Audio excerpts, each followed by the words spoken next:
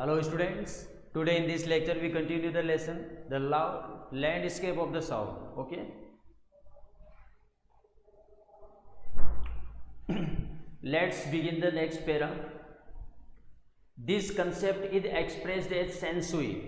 जो कंसेप्ट हमने रीड किया था द चाइनीज पेंटिंग्स के लिए, ठीक है। तो ये जो चाइनीज पेंटिंग जो एक्सपेक्ट है, जो कंसेप्ट है,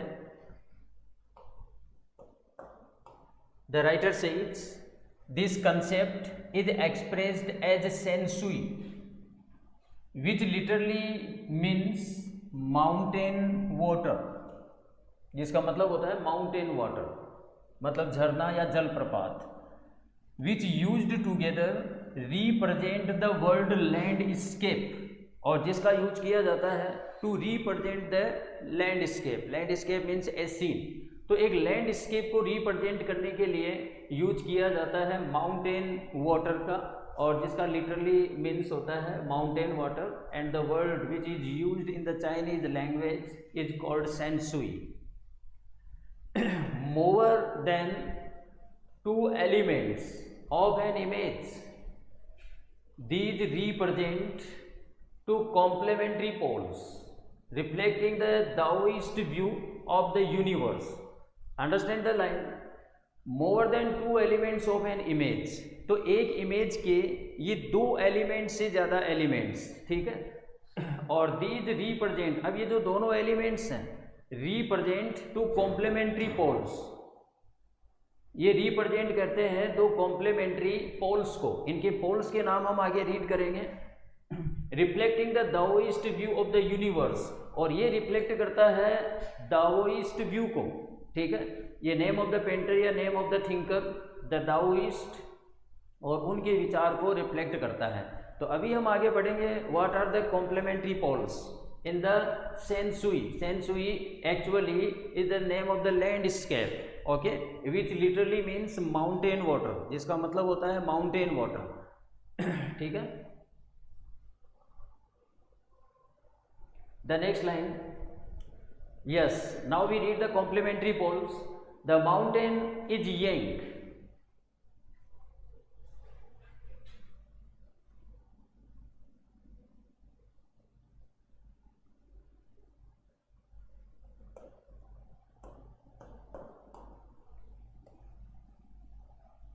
It's the mountain, okay. The mountain is yang. तो माउंटेन तो है यंग, रीचिंग वर्टिकली, मतलब इस तरह से ये वर्टिकली मतलब सीधा एकदम ऊपर, वर्टिकली टूवर्ड्स हेवन, ऊपर हेवन की तरफ. Heaven is in the sky, it is considered stable, which is stable, the mountain is stable, और बहुत ज़्यादा वार्म है, एंड ड्राई इन द सन, और धूप की वजह से ये ड्राई भी है. वाइल द वाटर इज यन, और जबकि जो वाटर है द सेकंड कॉम्प्लीमेंट्री पोल, और विच इज नेम इज यिन, जिसका नाम है यिन. अब ये जो यिन है, मतलब यूँ समझ लो जैसे हॉरिजेंटल, तो ये जो यिन है ये हॉरिजेंटल है इस तरह से, ठीक है, जो पहाड़ों से बहकर जो पानी नीचे आता है, horizontal. And yes, resting on the earth. Resting on the earth का मतलब अर्थ की तरफ आता हुआ, ये फ्लूइड में है, जो वाटर है वो फ्लूइड है, और मॉइस्ट का मतलब इसमें नमी रहती है, एंड कूल, और इसका जो पानी है वो बहुत ज़्यादा कूल होता है, मतलब ठंडा होता है, शीतल होता है, ठीक है. तो ये कॉम्प्लीमेंट्री पोल्स हैं. तो one complementary is the name yang, and the second complementary is the name yin. Yang और यिन, तो यिन तो वाटर है, और जो ये माउंटेन है, माउंटेन ये है यंग. द इंटरेक्शन ऑफ यिन, अब ये जो माउंटेन और माउंटेन में से ये वाटर, ठीक है, तो इसमें जो यिन का इंटरेक्शन है, मतलब इस पानी का जो इंटरेक्शन है, ये कैसा है, रिसेप्टिव. रिसेप्टिव कहते हैं जो एब्जॉर्ब करता है, मतलब जो ग्रहण करता है, एब्सॉर्ब करता है ना ये, और ये फेमिनिन एस्पेक्ट है of universal energy. Universal energy में ये फेमिनिन एस्पेक्ट है, ठीक है, मतलब स्त्रीलिंग.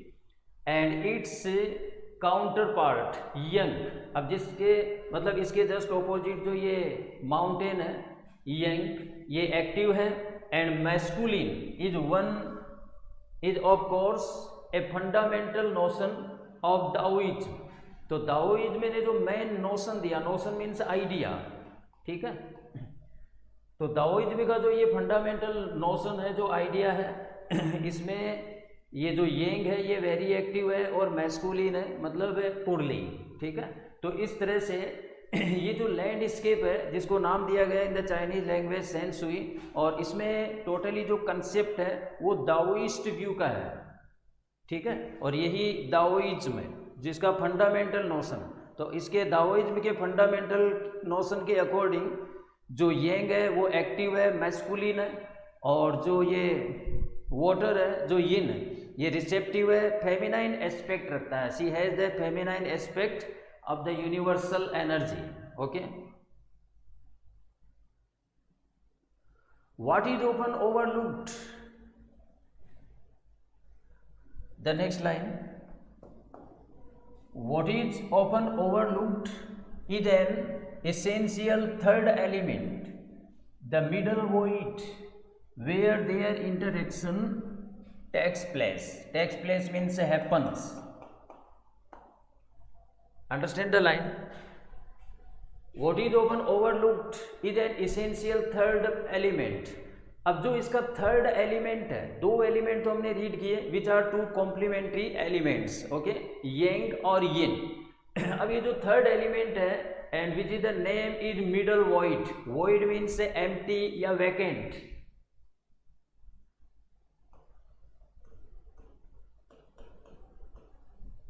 empty vacant मतलब खाली जगह। वो जो थर्ड एलिमेंट है वो है बीच की और खाली जगह। where their interaction take place, जहाँ पे इनका इंटरेक्शन मतलब it is called the meeting place of the Young और यिन, ठीक है। तो ये इनका मीटिंग प्लेस है, जो इंटरेक्शन पार्ट है जहाँ पे इनका इंटरेक्शन घटित होता है। This can be compared with the yogic practice of प्राणायाम।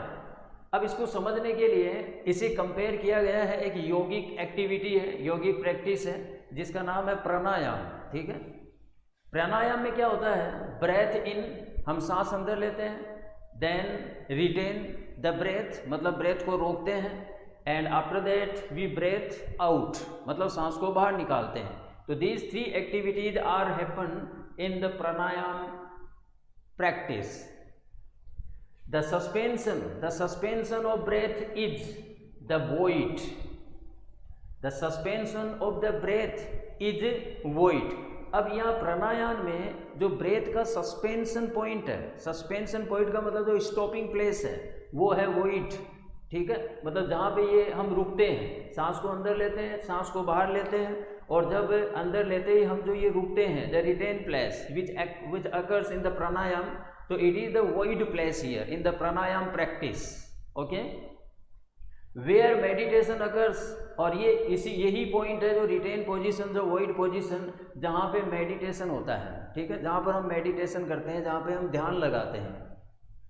तो the middle void is essential.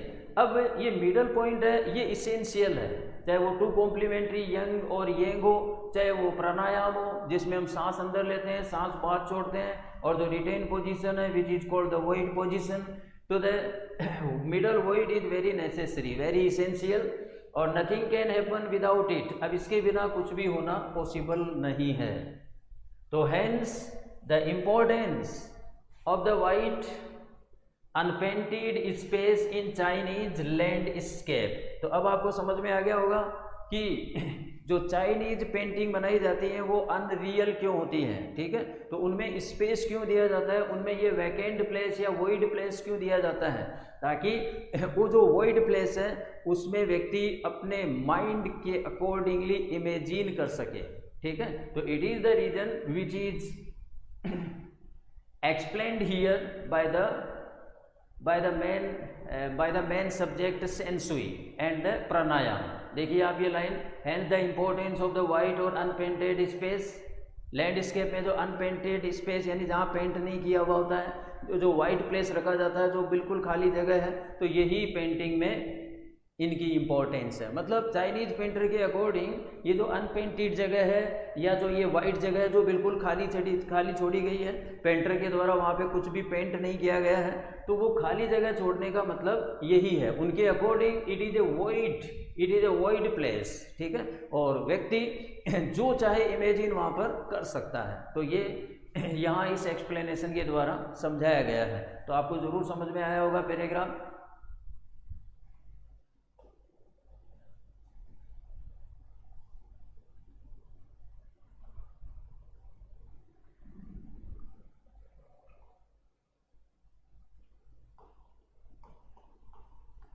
This is also where man finds a fundamental role, और यही वो जगह है, यह है द वाइड प्लेस, यही वो जगह है जहाँ पे मनुष्य फंडामेंटल रोल पाता है। फंडामेंटल रोल मतलब the main part, we plays a main part, the person plays a main part in that space, मतलब इस जगह में, in that space between heaven and earth. तो हेवन और अर्थ के बीच में जो जगह space, he becomes the conduit of communication between both poles of the universe. The meaning of conduit,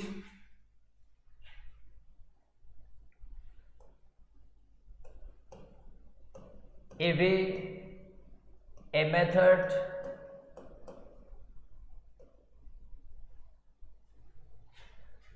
yes, in that space between heaven and earth he becomes the conduit of the communication between both poles of the universe। तो universe के जो ये दोनों poles हैं, एक between ये haven और अर्थ, तो इन दोनों के बीच में वो कम्युनिकेशन का एक तरीका बनता है। कौन बनता है? He means the man. His presence is essential, अब उसकी जो उपस्थिति है, प्रेजेंस, वो नेसेसरी है। Even if it is only suggested, भले ये केवल सजेशन में दिया गया हो, या फार फ्रॉम बीइंग लॉस्ट, या लॉस्ट से कहीं ज़्यादा दूर हो, और अप्रेस्ड का मतलब बर्डन्ड या दबाया गया हो, bye the lofty peaks, Lofty means very high, very high जो पीक्स होते हैं, जो मतलब चट्टाने होती है, चोटियाँ, जो पर्वतों की चोटियाँ होती हैं ना, एवरेज, जैसे average is a peak, very high peak in the universe. Okay, तो the sentence is going far from being lost और oppressed by the lofty peaks, तो बहुत ऊंचे जो पीक्स हैं उनके द्वारा दबा दी गई हो। तो it is very necessary, the man's presence is very necessary. Okay, भले ही वो केवल सजेस्टेड हो, या लॉस्ट से परे हो, या फिर लॉफ्टी जो पीक्स हैं, वेरी हाई जो पीक्स हैं, उनके नीचे दबी हुई हो।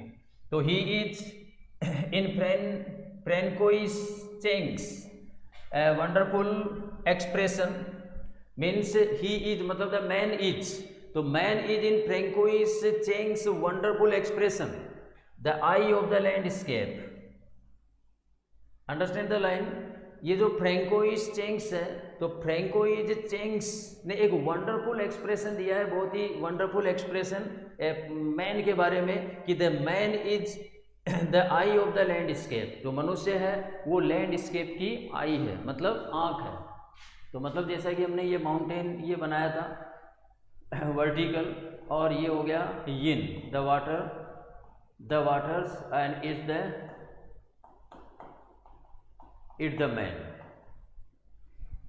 Okay, and this part excerpt from landscape of the soul, ethics and spirituality in Chinese painting, slightly edited.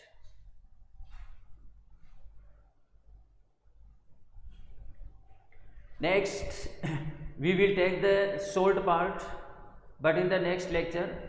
But at first of all we solve the questions, the two questions, understanding the text, the first two questions, okay, which are based on the first earlier paragraphs. These are the questions.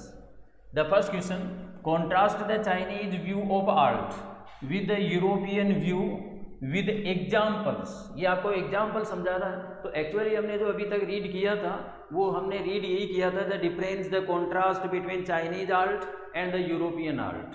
Okay, तो यही हमें यहाँ पर लिखना है। तो हमने देखा था जैसे चाइनीज आर्ट है, तो चाइनीज जो आर्ट है वो केवल बेस्ड है, केवल इमेजिनेटिव, मतलब इमेजिनेशन पर बेस्ड होता है, and it is not real, real भी नहीं होता है।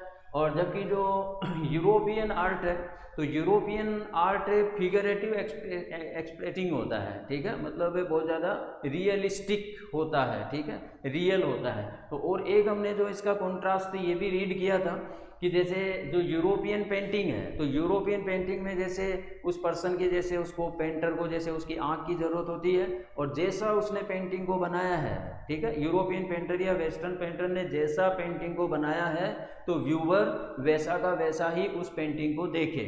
लेकिन चाइनीज पेंटर हमेशा अपेक्षा करता है कि व्यूवर से अपेक्षा करता है कि वो अपने माइंड का यूज करे, ठीक है, बहुत सारी खाली जगह वो अपनी पेंटिंग में रखता है। तो यही डिफरेंस हमें यहाँ शो करना है। और विद एग्जाम्पल्स, तो एग्जाम्पल्स भी हैं हमारे पास, जैसे चाइनीज पेंटर वू दाओजी, और ये व्यूवर इसका यूरोपियन पेंटर था जो क्या था, ब्लैक स्मिथ था। तो नाम हम उसका देखकर लिख लेंगे।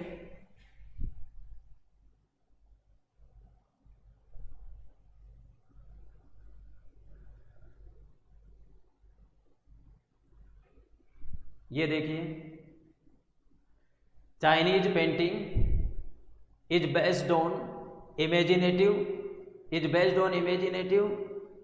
Spiritual and conceptual approach. Okay, these are the first lines.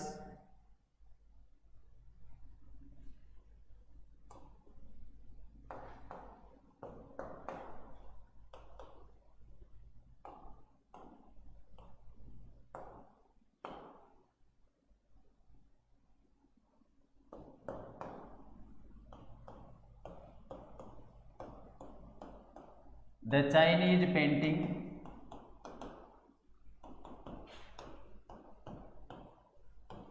is based on imaginative,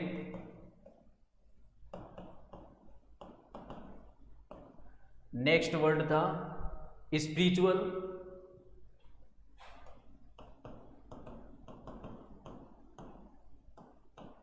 and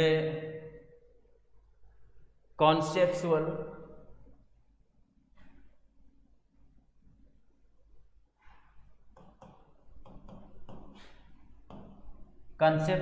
approach. Okay, whereas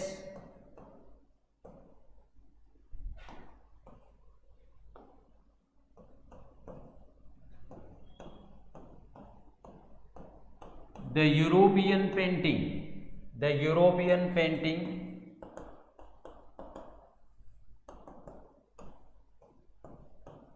is based on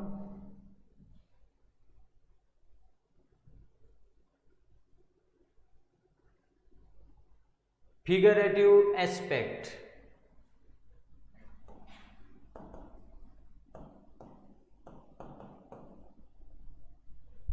Figurative means realistic aspect. Okay, and the next comparison we can give.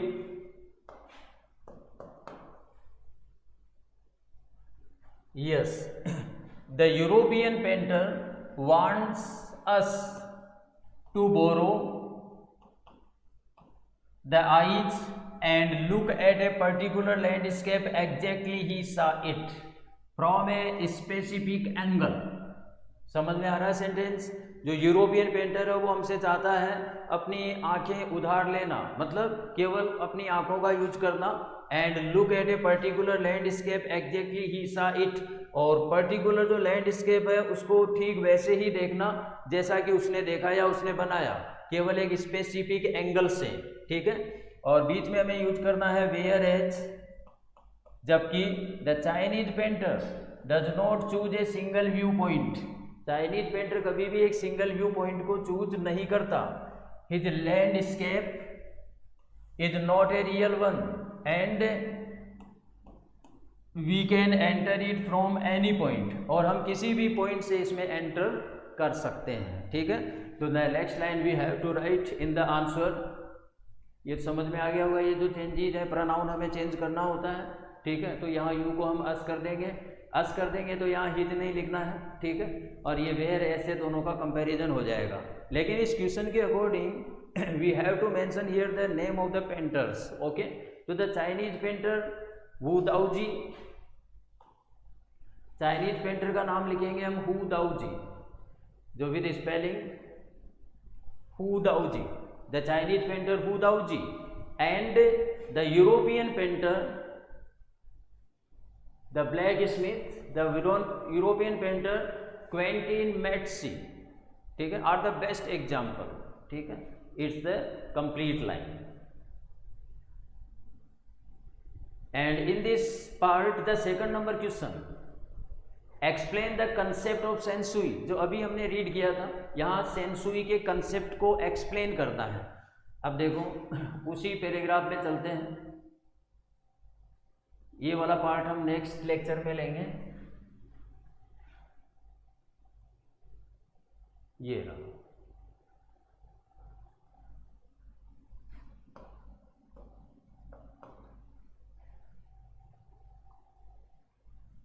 The shanshui which literally means mountain water. समझ में आ रहा है sentence?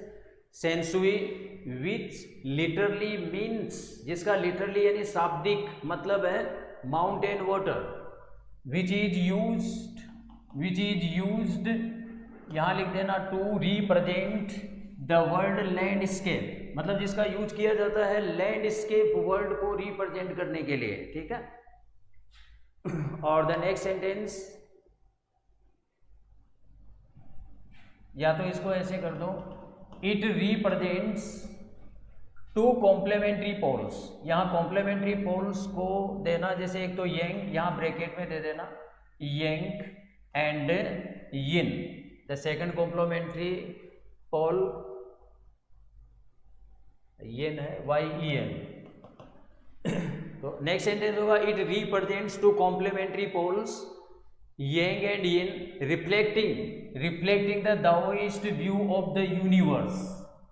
Okay, and it's the complete answer because we have to write only we have to explain only the word sensui, and the word meaning sensui, which literally means fountain water, and which is used to represent the world landscape, and it represent to complementary poles, and the name of the complementary poles yang and yin. और reflecting, ये क्या reflect करते हैं दोनों, young और यिन, ये दाओइस्ट view को reflect करते हैं, ठीक है। दाओइस्ट ने जो अपना आइडियलिज्म दिया, उस आइडियलिज्म या उस व्यू को रिप्रेजेंट करते हैं। Okay students, now next the remaining chapter we will read in the next lecture. Okay, and in this we will take the part and the picture also and the 2 questions, the more 2 questions. अब देखिए इसमें यहाँ पे 2 ही question और बचे हैं। The second part understanding the text में हमने 2 क्वेश्चन तो लिए, अब जो सेकंड में जो 2 क्वेश्चन है, तो दोनों question 2 questions are based on this part. Okay, and we will read in the next lecture. Okay students, have a nice day and you all enjoy the lesson.